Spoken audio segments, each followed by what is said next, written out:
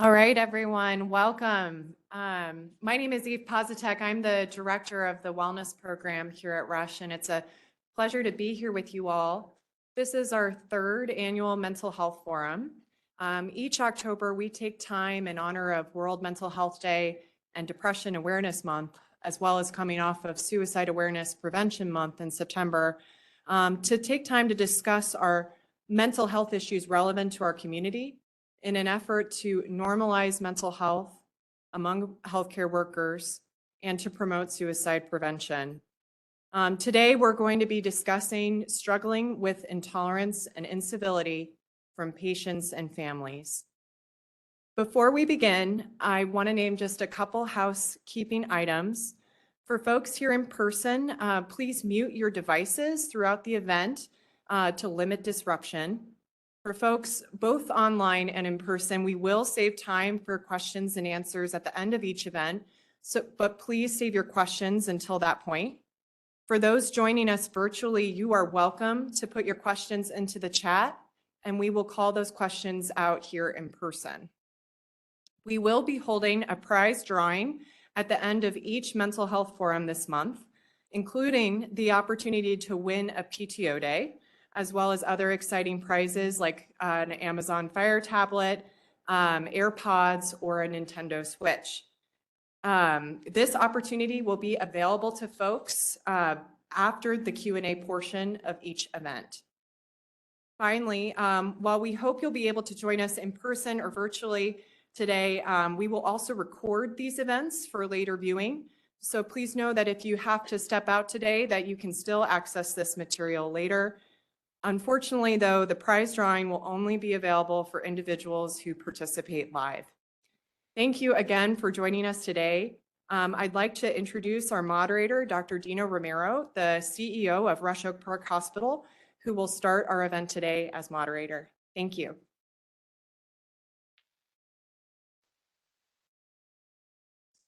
Thanks, Eve. I want to thank Eve Positek, the Director of Strategic Initiatives for Rush Wellness, for putting this together and all the work she does to make this work out. Thank you. So for those online, and not to make the panel nervous, we're up to 130,000 online right now. So yeah, it's being live streamed in 4 countries. And we have a full house coming in here, getting food and taking their seat. So we're going to start with just some introductions. But if you guys take the mic, I'm going to have you self-introduce yourself by name, title, your role. Hello, good afternoon, and thank you for being here. My name is Judy Fredericks. I'm a nurse, and I am the wellness liaison for Rush Systems. So you may see me at different times for doing presentations or debriefings, and I appreciate all your attendance. Thank you so much. Good afternoon, everyone. My name is Eugenia Allison, and I am the program manager for our Center to Transform Health and Housing, where we support individuals experiencing homelessness and housing insecurity in the community. Good afternoon. I'm Quincy Stanley. I'm the Vice President of Support Services. I support both Rumsey and Rush Oak Park. Hi, everyone. I'm Liz Williams. I am the Unit Director for the Emergency Department here at Rush Oak Park. Glad to be here. Thanks.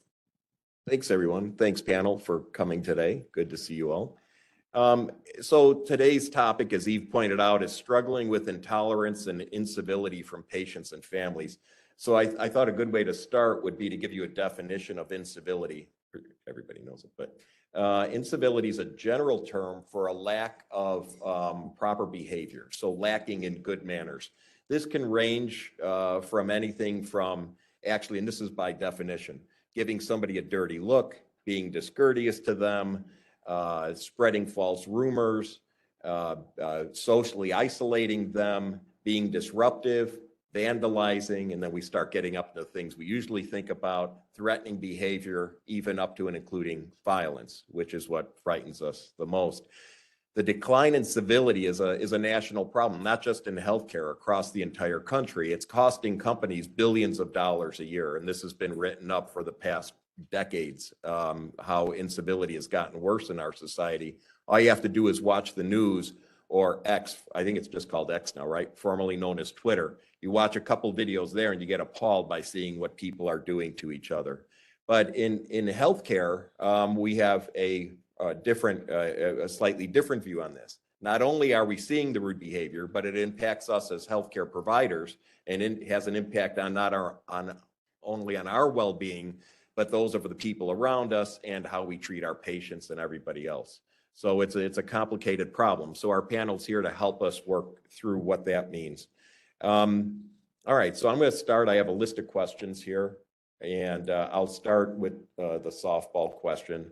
So from each of your perspectives, what are you seeing through your lens in the roles that you're in? And anybody, whoever wants to start can start. And why do you think this is more prevalent now? Why is this getting worse? Dr. Romero, I take that one first. One of my areas that I'm responsible for is security. So we see a lot there, but I can't tell you here of late. People are just not themselves here lately, and that's the term I like to use. Because from a security perspective, you have your typical day-to-day interactions with patients and visitors, and sometimes staff, that you know what you're going to deal with, you know what you're going to get, so you try to prepare yourself for that. But ever since, the one thing I like to blame for everything, COVID, ever since COVID, I can tell you it has been a different set of activity around security, not only in our organization, but throughout the country, the world. COVID really had, in my opinion, had a huge impact on the mental state of the entire world, and specifically our patients who come to our organization for care. If you look back over the course of the last couple of years, you think about the Highland Park shooting, the shooting in Texas, another shooting in Buffalo, and there are a number of incidents that has happened since we've experienced the pandemic, and these are, we used to have things like that very, periodically, throughout the course of years, and we'll just sort of wave it off. But once you start shooting, children, our babies, in schools, and you're targeting healthcare facilities to do those sort of things, it really, really makes you wonder, how powerful was that pandemic that we dealt with from a mental perspective, as it has heightened throughout our country. And it's sort of mind-boggling in terms of that you have the mindset of not, if it's going to happen, but when it's going to happen, and that's the position we're now taking. But I say that to say that, our patients is a subset of what's going on in the world, so it sort of bleeds over into our space. So, when patients come into our organization and they're dealing with whatever they're dealing with from a health perspective, we as physicians, clinicians, and staff have to be mindful and remember what they may be dealing with in addition to their health issues as a result of COVID-19 from a mental state, which in my opinion has really, really reduced their tolerance around interaction with people. Individuals tend to have a certain way of when they deal with their health issues. We never know what it may be. Some people get extremely angry. Other individuals may become loving. But here of late, I can tell you from my experience, from a security perspective, from a guest relations perspective, that fuse is very, very short now. I start there to say, hey, as an organization, as employees and staff, we have to try to be mindful of all these things that are going on, so that we can have a better interaction with our patients. Thank you so much. I think from our perspective, most of the work that I support takes place in the community. So whenever you're working in the community, you have to be alert, you have to be aware about what's happening on the ground. And so when you're working, particularly with the populations that we work with, individuals experiencing homelessness, what we realize is that we meet people in a point of time in their life, right, where they may have had to figure out where they were going to sleep that evening, or where the children's going to get food from, or how they can store their medications if they're living outdoors. And so, when individuals come to see our clinicians in the spaces where we provide care, we really want to make sure that we, although we see maybe frustration, anger, disassociation, things of that sort, we really want to make sure that we're meeting the patient where they're at. And it's not just physically, right? So yes, I'm meeting you at the shelter, but I also want to meet you where you are at emotionally, and understanding that what we're seeing in front of us right now, the way you're displaying or the behavior you're displaying, is not about me. It's not about anything that I've done. So how can I then support you in a way that's supportive, that's welcoming, and that's caring, to make sure that you get the care that you deserve? Absolutely. I'm thinking in the work that I do, working with frontline staff, like receptionists, navigators, schedulers, they're confronted with an energy that they had never seen before. And that's really frightening. Public appears to be ready for a confrontation. Social trust seems to be very low on both sides. We're thinking, will their anger lead to harm? They're thinking, will we care for them even if they can't afford to pay? Are we telling the truth when we say an appointment or a caregiver is not available? And I really believe that it's prevalent because of a few things. One of them is even going farther back than COVID, would be the smartphone. How much time we spend on the phone and not in relationship with people.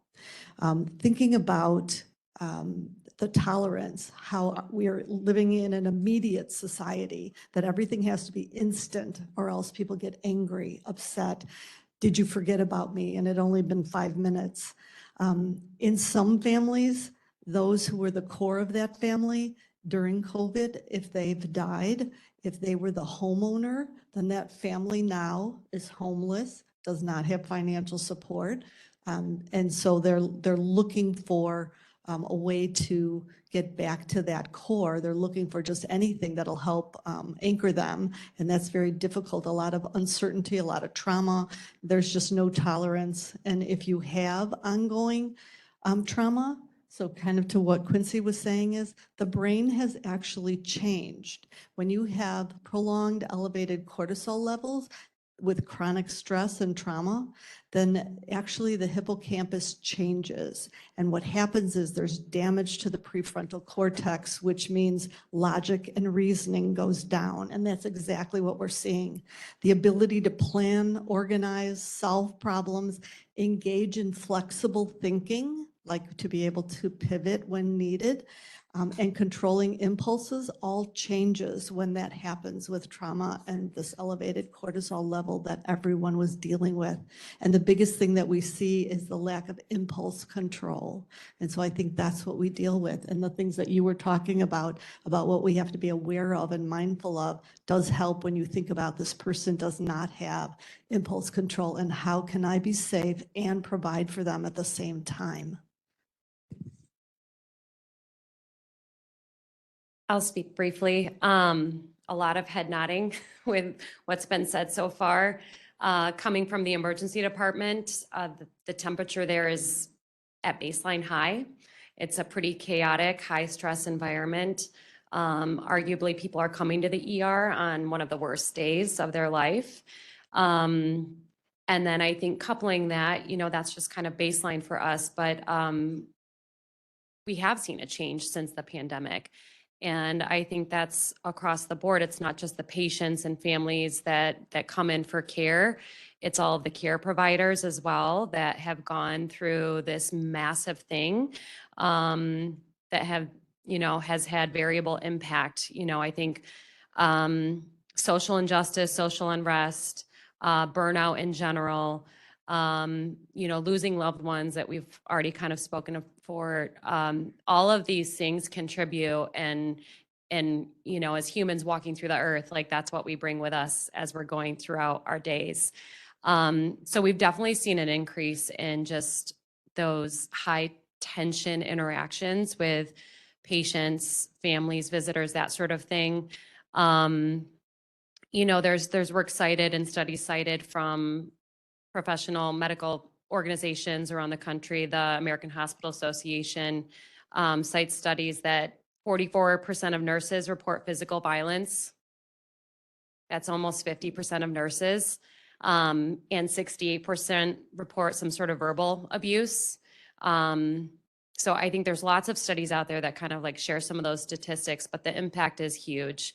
And, you know, that's specific to nursing care, but we know that that kind of, you know, interaction happens not just with nursing clinical staff, but with, you know, registration folks, guest relations, our radiology team, you know, it's kind of across the board. So yeah, I'm glad we're talking about it. Thank you. Excellent answers. Liz, keep the microphone for this next question because you all kind of hit on this a bit, but what types of trauma and hardship are patients and families presenting with? Thanks. Yes. So I think, you know, one thing that I already mentioned is just kind of, you know, what we've gone through with the pandemic, loss of family members, loss of loved ones, loss of social connection, loss of relationships. I think all of that just, again, impacts kind of how we behave with each other and how we, you know, that impulse control or your ability to kind of stop and think before responding, you know, among many other things. I think, you know, job security, job safety, ability to earn income. And I think just in general, the trust for society. I think those are all sorts of trauma and hardships, I think. And, you know, again, for healthcare providers, clinicians throughout the past several years, I know that there's many that feel the impact of that with, you know, even like PTSD, you know, those kind of things that really just limit our ability to think clearly, and relate as we would really want to. No, I agree with Liz 100%. I think you actually nailed a lot of what I was going to say. I mean, if you look back a few years ago, the entire world was shut down. And it was shut down due to something that is related to healthcare, right? And with that, again, we are social beings. So we lost all social contact with our family and friends. And it really took a toll on our kids during that time, right? So, you know, you're seeing that and you're seeing the impact it has on your kids. A lot of people, to Liz's point, lost their job, the job that helped provide healthcare for their family. So now that we're coming up out of this, that mindset that shifted, you know, based on what Judy was saying earlier, that mindset towards survival at that time, because that's where we all were, not knowing what the outcome was going to be, it still lingers. So as, you know, patients come, you know, when patients are sick and they come into our organization or any organization, they still have that mindset of survival, and it's zero tolerance for anything that can, you know, cause me not to receive what I need at this particular point in time. So, you know, we're seeing still a lot of that frustration. We're still seeing, you know, and we work in an industry where a lot of our patients, I mean, they know the situation that they're in is caused by, you know, potentially COVID, which, you know, like I said earlier, is related to healthcare. So there's already a mindset when you're entering our industry. But we have to be mindful of that. We have to, you know, I like to use the word patient-centric, you know, try to remain patient-centric and understand, you know, what all of our patients are going through, some of the things we are going through as they enter our organization for care. Thank you. I think they made some very important points. And when I think about the individuals that we serve, individuals experiencing homelessness, you know, I think of trauma in a way that is things that you experience that impact you negatively, both either physically or psychologically, because you don't have the necessary tools to continue to cope with those situations or to replace or support you in those traumatic events. You know, if one of us had to get to work and we go outside, our car wouldn't start, maybe we'll use our other car, right? Or we use our spouse or our children's car. Whereas individuals experiencing homelessness, if you get asked to leave from a place that you resided in for the last few years or that night, the stress of now trying to find another place to live or sleep has been very difficult. And imagine being pregnant, or imagine having a baby, or imagine having a small child. So some of the traumatic experiences that individuals that we see that are either facing homelessness or housing insecurity really relates to a lot of those two issues, but also mental health concerns, being ostracized, being discriminated against, being asked to leave from bus stations. Like, there's a lot of different things that I think people show up to our clinicians in front of us to seek care. We see them in that moment, not realizing that it took them days to get to that point to where they are now. And so some of the things I think that people experience as we try to help them navigate the healthcare system, they're like, well, that's great, but how do I eat tonight? And I keep bringing that up because I think I don't want that to be missed in this conversation, is that the individuals that may show up in hospital settings or may have a primary care physician or may seek care regularly, that may not be the story for individuals who are unhoused, because that's not a priority in that moment. So what we try to do is try to support them where they are by providing social care or social work services, as well as mental health and physician services, but also really trying to say, okay, this person has experienced probably so much trauma before they got here. How can I make this space conducive to what their needs are? They may not even want to seek medical care. They just may want to have some interaction with some people that are caring and welcoming to them. So what we're seeing on the ground, individuals who have lack of access to housing, lack of access to resources, and lack of access to care. Thank you. So you're talking about the trauma and the hardships that they're facing as they're coming into the system. So they're in basic survival mode. And when I was working with a team that actually has one of the healthcare clinics in one of the apartment buildings out in the community, and the things that they're looking at and they're faced with, they see a lot of the family falling apart because of the matriarch's death during COVID, who was the person who owned the home. And so they have no place. And so there's this uncertainty of where to live, where to eat.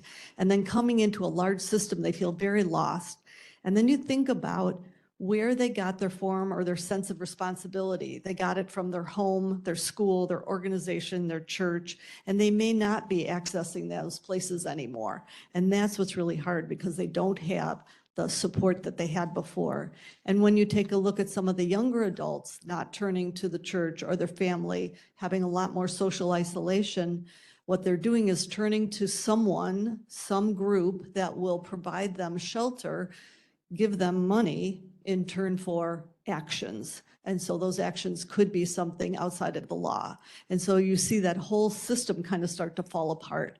And so we need to think about what each person's story might be. And they may not be willing to share it with us for fear of being judged or denied, but we still have to know that they have a story and not make assumptions. Like you said, they might have taken 5 buses to get to their appointment. They're 15 minutes late and you're telling them that they can't be seen. So we need to think about how our system responds to that. Thank you, Judy. This one, I'm going to have you start on this one. So everybody in this room on this call and in healthcare went through the COVID pandemic. In fact, we're on the front lines in that pandemic. Some people lost family members or friends and were impacted. We have people who are healthcare providers who go paycheck to paycheck.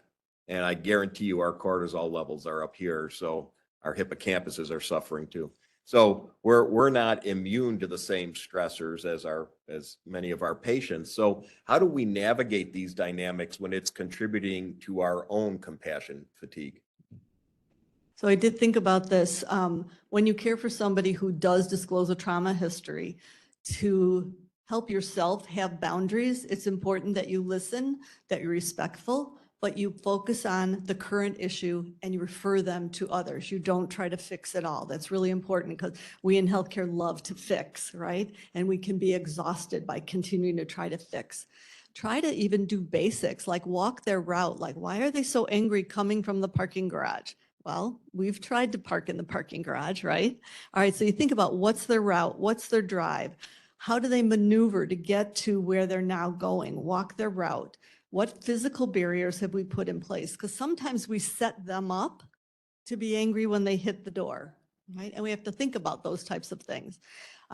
Using their name really does bring down their cortisol, which can help us. So as soon as you establish their name and not sweetie or honey or the first name, Dot, Dorothy, whatever it is, use their full name, they're actually able to take a breath and calm a little bit. So that can kind of protect us.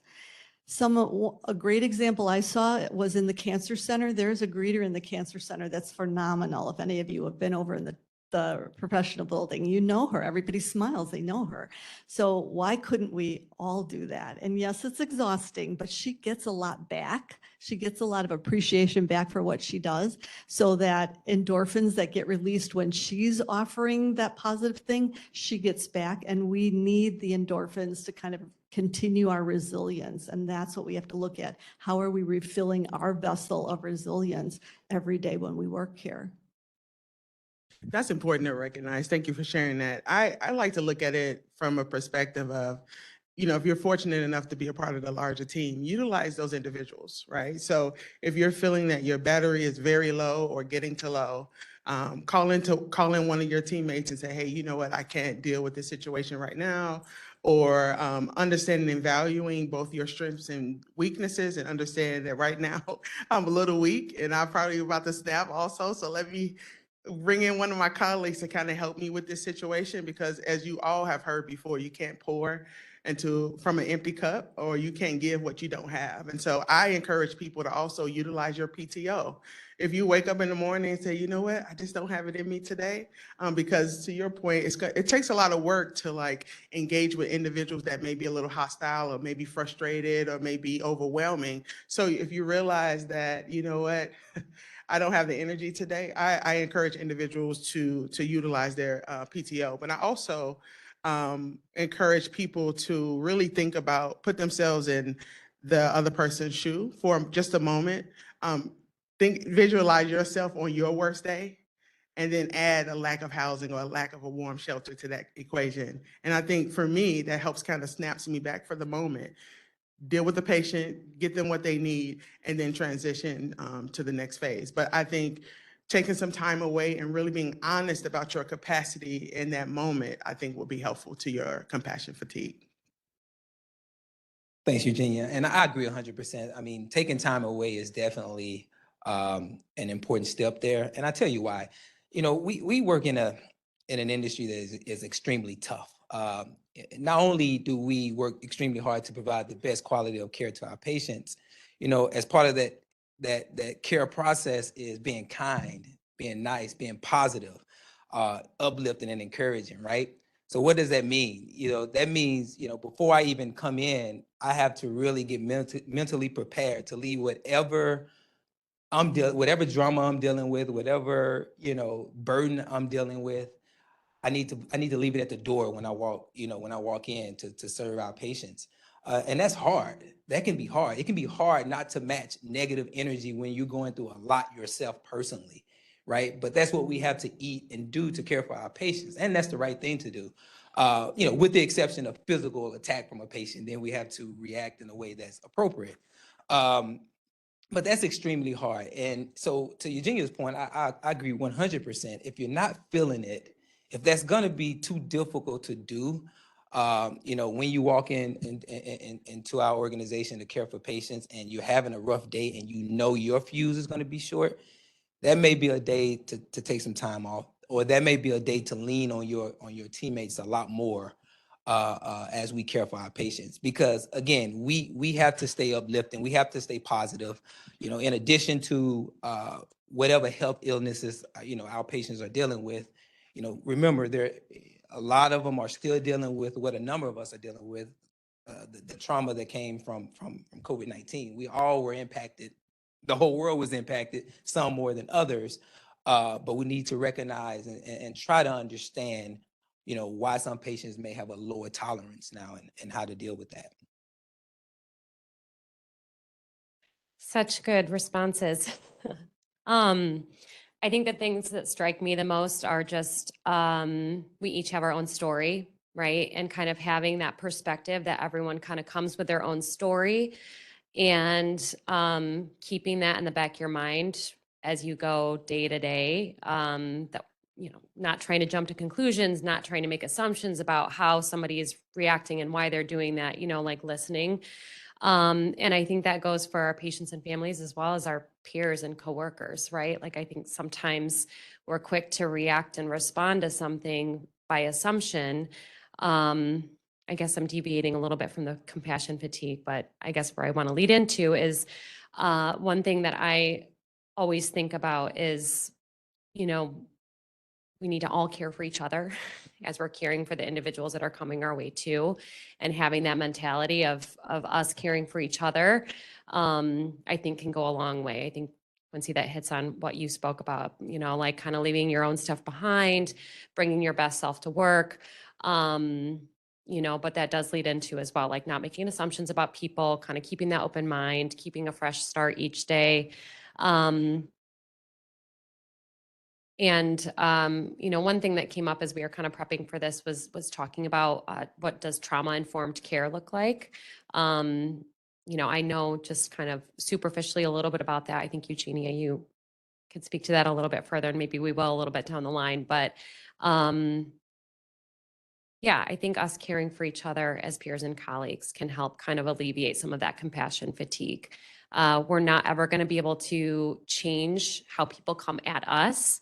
But maybe if we kind of build each other up and kind of had that strong bond between all of us, you know, that helps us as our own individuals to respond differently. Thank you, panel. All right, so microphone to Eugenia. Liz, you queued this up. So Eugenia, explain, what is trauma-informed care and why is this important now? Thank you. Okay. So trauma-informed care, I like to frame it in very simplest terms, is being able to acknowledge and understand someone else's experiences and how it impacts where they are right now, and being able to alter or adjust your expectations or your interaction with that person to meet their need. So when we think about trauma-informed care, I mean, just based on what we're talking about, like compassion fatigue and working with colleagues, that doesn't just go toward the patients, but it also goes towards your colleagues and understanding that they may show up in a space that they need us to respond to them in a way. You know, most times when people are acting a certain way outside of normal behavior, as we consider it due to the talk today, is that we say, well, why is this person acting this way? Like, what are they doing? But trauma-informed care says what happened to them that creates this kind of response in a hospital setting, in the community, in this moment.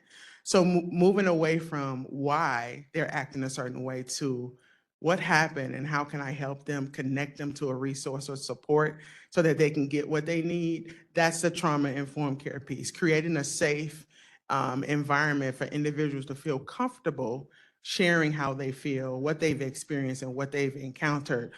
Because a lot of times people experience trauma, this happened in their childhood, right? Something that happened a long time ago, something that happened yesterday, something that happened right before they came in front of you, but creating a safe space for people to be able to access care. And to go along with what you were saying, that traumatic events are a violation to a person's bodily integrity. So when they come here to Rush, that's what we're dealing with, is their body and their mind, right? So right away, we have to start to think about what happens here that could trigger some of that trauma that they've had. What kind of sounds, noises are they going to encompass in their care? What kind of touch will be part of their care? And how do we manage that? How do we inform them ahead of time that these are going to happen? Even when you bring a patient into a room, do they have to get changed first? Or could they stay in their clothes to talk to somebody seated eye to eye with them instead of being up on a table, right? So we want to think about what we do in order to not trigger some of the things. What kind of sounds do the machines make that might be frightening to somebody who hears gunshots every day? Like, what do we have at Rush that might trigger that? And we have to think about some of those things. If they've witnessed attacks or they've been attacked, we want to make sure that they know what every step and every touch is going to be for them. We also want to know, thank you, Mary. We also want to know if we could bring in a second person for them, that they're not in the room alone with the caregiver. So I think there's a lot of things we can do. And there are some people already doing things at Rush, like Dr. Natalie Stevens over in the Women Behavior and Health, who does trauma-informed education with the OB residents. And that's an amazing program to teach them how to manage, even if they didn't have a trauma. This is just an everyday care. So I think everyday care is what we need to do as far as being self-kind and then kind to others. Can I just add one thing to that? One example of being trauma informed in the very basic sense of the word is, for example, if we know that Mr. Jones, for example, has had very triggering and traumatizing experiences in situations where he didn't know what someone is coming in at him. So he doesn't like to sit with his back to the door. Something as simple as moving his seat or exchanging seats with him so that he can see the entire room, he can see the door, and providing that level of care in that moment where you've adjusted what you would normally do to meet the needs based on his traumatic experience that maybe he's shared with you or maybe he's exhibited. So I think just making those small changes, that's a low hanging fruit. If you don't know where to start, just those simple things about just rearranging the room if you can. To your point, understanding what sounds will take place in a particular room. So just being able to be alert and acknowledge Mr. Jones's concern with having his back to the door is a way that you can be more trauma informed. Thank you. Quincy, how can we help staff feel safe? Thanks, Dr. Romero. I actually wake up every morning thinking about that question. No, And parking. and parking. Right? That's a really, really tough question, right? Because we all have different tolerance around what makes us feel safe. I can have 50 security officers, and someone can be perfectly fine, and the person next to them can say, "Hey, I'm still not feeling safe." So there are a number of things that I do from a security perspective and my team to really try to not only provide safety, but to actually make individuals feel like they're safe, because that's just as important. One, I like to be very transparent in terms of what we're dealing with, what we're experiencing, what type of activity that is taking place on our campus. I think that's very, very important. I have a great relationship with our communications team. We're constantly communicating out what we're doing from a security perspective, any new initiatives that we're looking to roll out, and when they are completed, we like to share with the organization. And it's very important that we are reliable and responsive, to individuals and employees and staff. And why is that important? Because it builds trust. Once you have trust in the department that is supposed to provide protection, you start to feel a little bit better and a lot safer. But this is a tough one, because we talk so much about tolerance. We talk so much about how we think differently, and how the pandemic has really affected our mental state. And that's something that our department has to sort of understand and try to become more proactive in how we actually approach security for our organization. So again, if I can leave you with one thing that we're going to continue to do, is that is communicate. That is to be very transparent, and hopefully, that causes us as an organization to feel a lot better. Because if you turn the news on, you can see one thing that can take everything I just said away. If you hear that there's been an active shooter in Texas at a school, again, mentally, that can just cause you to start thinking about your safety and is it good enough at Rush, right? So again, we will always be transparent. We will always communicate, and we'll continue to leverage the greatest and cutting edge technology and best practices out there that we can to invest in Rush, and and hopefully the organization feel a lot better.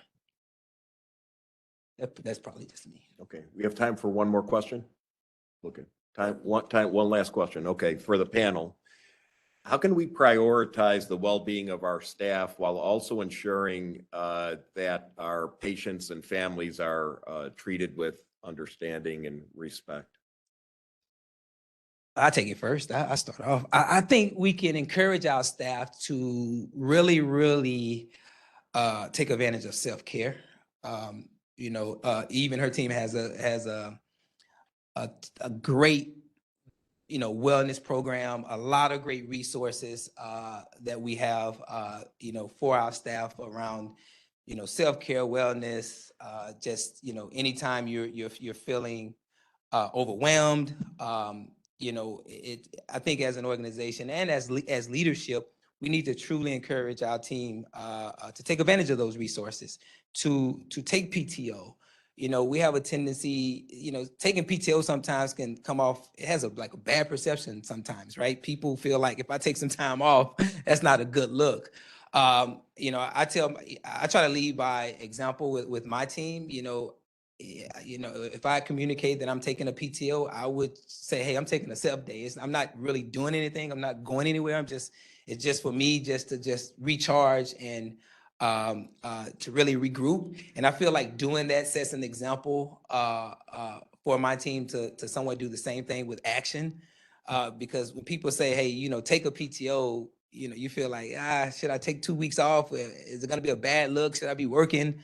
We have to change that perception. We really need to encourage our staff, our employees to take advantage of PTO and resources. Chime in really quick. Yeah, it's really hard. There's a lot of pressure, especially in responsibility, accountability for patient experience, patient satisfaction, and balancing that with sometimes what feels like, patients or families with unreasonable expectations or not treating any staff, with respect or the dignity, that sort of thing. And I think that sometimes staff feel like we're needing to rise above every single one of those situations, and that's hard to live into day in, day out. But we talked about kind of like leveraging your team. I spoke before about, us caring for each other. I don't think it's just kind of a one man or one woman show of you just self-care your way out of this kind of stuff. But especially if there's difficulty in interacting with patients or families, tapping yourself out and saying like, hey, I need to phone a friend. I need somebody else to come help me with this situation.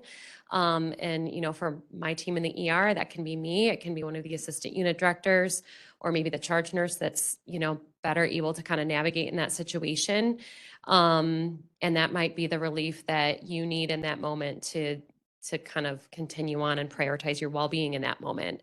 So leveraging your team, tapping out if you need help with that. And I really do think that like listening with intent of, what patients or families are needing in that moment can be really helpful. There can sometimes be a lot of noise when emotions are high. So getting to that main point of like what the need is, I found that to be useful when I've tried to alleviate some of those situations. So.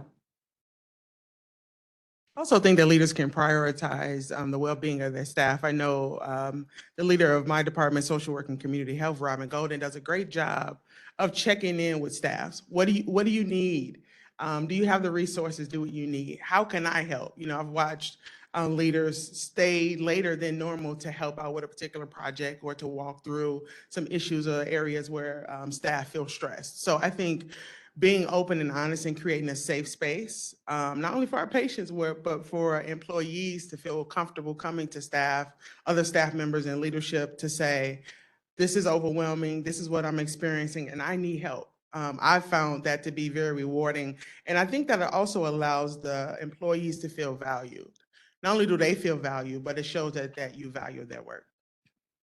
Definitely being heard is a big thing. And then knowing that you were heard because there's a reaction to it, there's an action that we can or can't do it. The one thing I did want to leave you with is that the Wellness Center does have things for you that are part of your benefits, and to know the whole idea about having knowledge of your benefits, encouraging the time away is so important. So you have a 24/7 pager that you can connect with a psychotherapist within an hour. That's amazing. 852-2323, if I can throw in the commercial break there. But it's important that you know you have these people. You've got the support around you that's part of your benefit. So why are you not using it? That's a really important thing. Think about it. What does it take? It's virtual, it's in person, it's as convenient as it can be. So please take advantage of it. Go online, look at the website. The other thing I wanted to leave you with is always try to give one compliment a day. It's an amazing thing for your own health and wellness, but it's also a little thing that can shift cortisol levels. It can change your perspective. It releases endorphins for you and the person that you're giving the compliment to, and it could possibly save a life. It could possibly be the connection that somebody needs. Good, thank you. Thank you. I think we have time for a couple questions. Questions from the audience? I almost saw one hand go up. No, Max?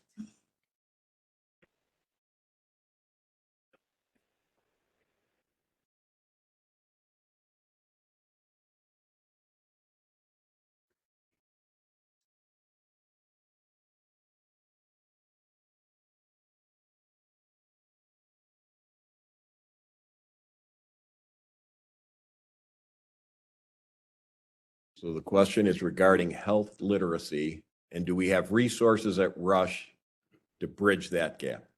Literacy. Panel? We had to start with a hard question. Thank you, Dr. Fitzgerald. Thank you. So I just want to confirm what you're saying. Do we have resources for staff to receive therapy in order to work with intolerant patients?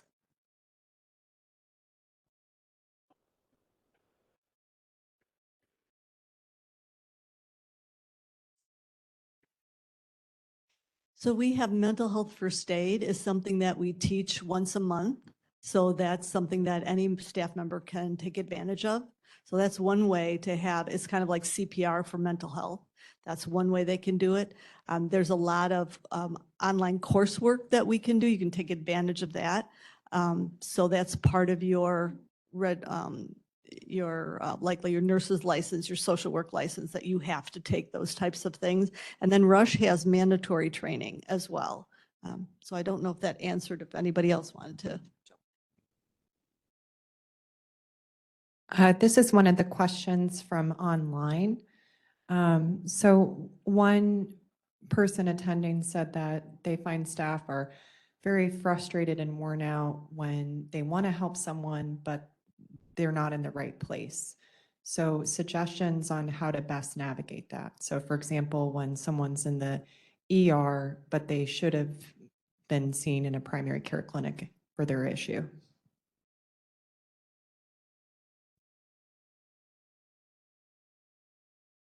I think that's a good question.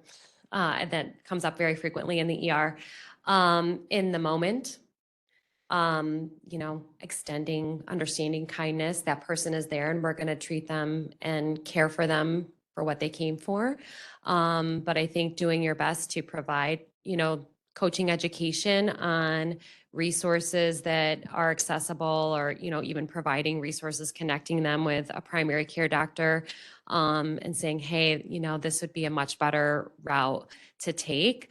ERs are busy. There's lots of sick people here, kind of giving that advice to the patient in the moment. But when they're there, they just need the care that they came for.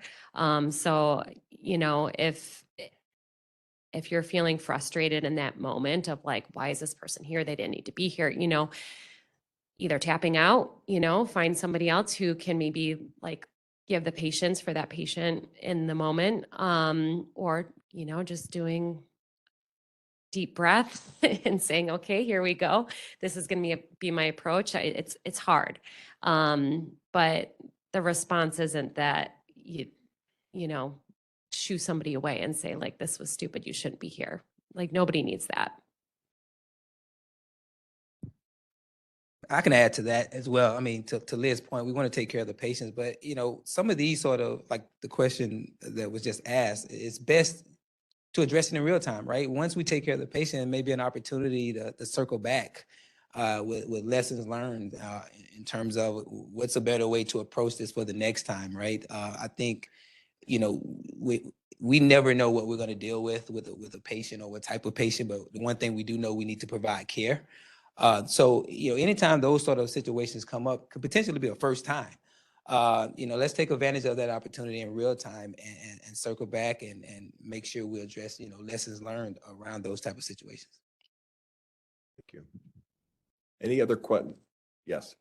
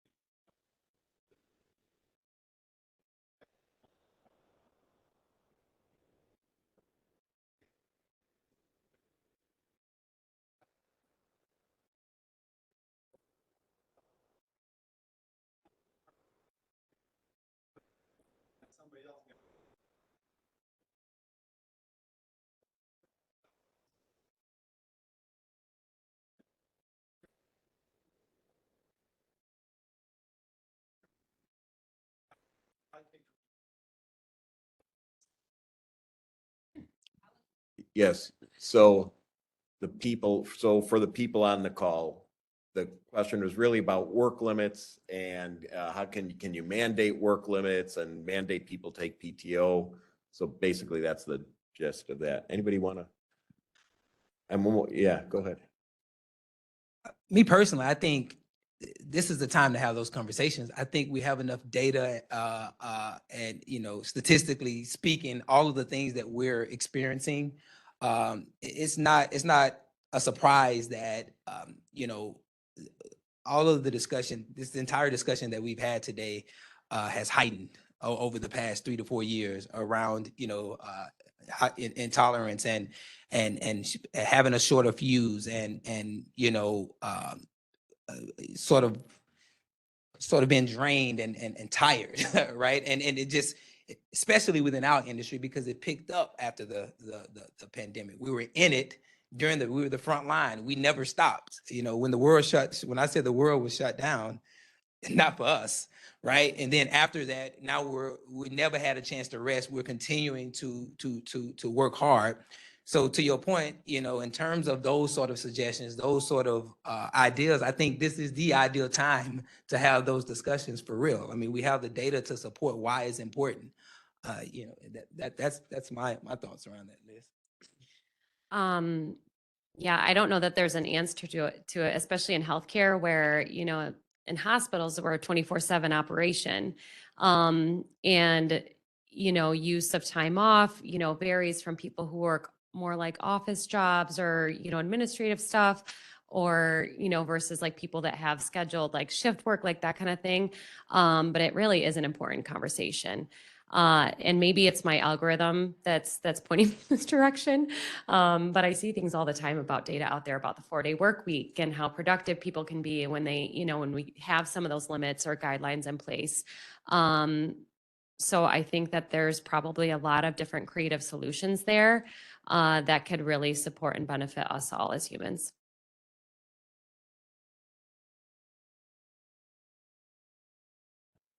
Just real quick, going back to your brain loves to plan and loves to have a plan to look forward to. So by planning one PTO day, you're actually doing a real positive mental health thing for you. So think about that. When you plan a vacation, you plan something you're going to do on the weekend, you plan things that you're going to do on the day off. You look forward to it. It's a very positive thing for your brain. So see that PTO day as a positive thing that you can do for your mental health. The other thing for leadership is when you do evaluations, ask the people that you work with why they stay here. Have a staying interview with them instead of always saying, how are you going to produce more for Rush? Why did they stay? What keeps them here? It's much better than an exit interview. So think about that. Question? Actually, online resource. Someone listening online wanted everyone to be aware that there is a course module for Learning Hub about universal trauma aware approach that has a lot of helpful tips for frontline staff on interacting with people who are already upset, how to address requests and demands that are unrealistic, and how to step away to get additional support. So just wanted to share that resource, and thanks to Deb Mollers who sent that my way. Yes, the resource is called Universal Trauma Aware Approach, and it's on our Learning Hub.